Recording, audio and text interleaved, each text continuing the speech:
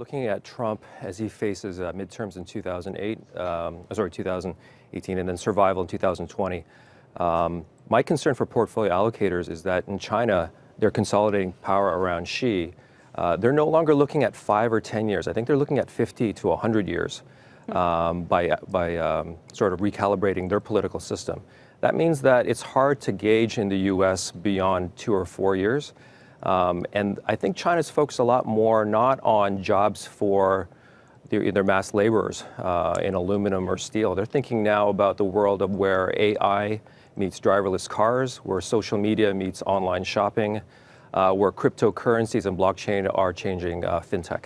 I think that's where the concerns are globally, and I think allocators have to think about that. You know, we talked earlier this morning about how that means that intellectual property is really the big issue, that there's so much riding on that, and that's a much broader part of impact. Is that how you're kind of looking through this at this point?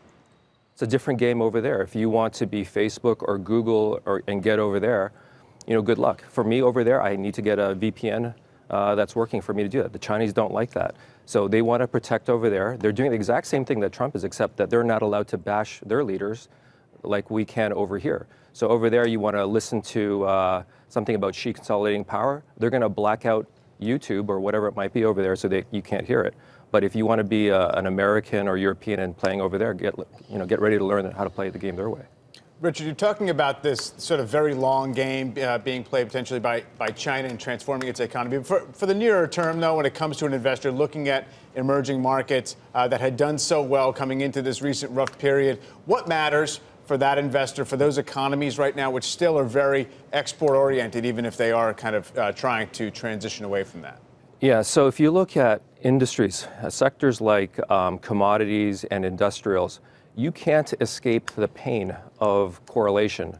If it's up, it's good. If it's down, then it's painful, right? So whether you're talking about steel in ArcelorMittal in India or somewhere in Brazil, Korea, China, you're going to feel the same pain.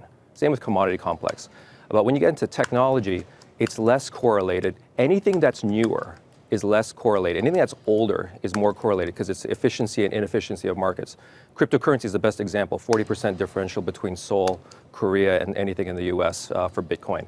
So I would think about, especially now, we're far from the 2009 lows. We're near market highs. Now is the time to be more of a hedge fund and less of an ETF and be selective. So that means what exactly? It means being more tactical. It means betting against some markets or being prepared for the end of the bull market. What among those options? Being prepared for the bull market is definitely one. Being more sector oriented, probably away from things that are zigging and zagging the same way, like industrial and commodities, which zig and zag the same way globally, and moving more towards technology and things probably in emerging markets that are not going to zig and zag the same way, like technology, which will zig and zag like industrials because the S&P 500 is full of them, and there's just so much money in S&P 500 ETFs. Richard, just to back this up for a minute, which country do you think should be more worried about the potential for a trade war? Is it the United States or is it China? Both. This is going to hurt everybody, Canadians, U.S., everybody. We're all globalized, we're all synchronized, we're all highly correlated. Now's the time to prepare when to take that pill, which might be VIX. We saw how much turmoil can get inserted into the market when we suddenly saw volatility reemerge. That seems like it's going to be here, back to more volatility. What does something like these potential tariffs and potential other actions, what does that do to volatility in turn? Yeah, it's going to be high. And unfortunately in the U.S., industrials, commodities, technology, they're all high components. They're all going to be moving in the same way. You have to move to newer markets that are less connected to the global world. Emerging markets are connected far more than we thought. We used to use the word decoupling. That doesn't work anymore. But you have to be globally diversified.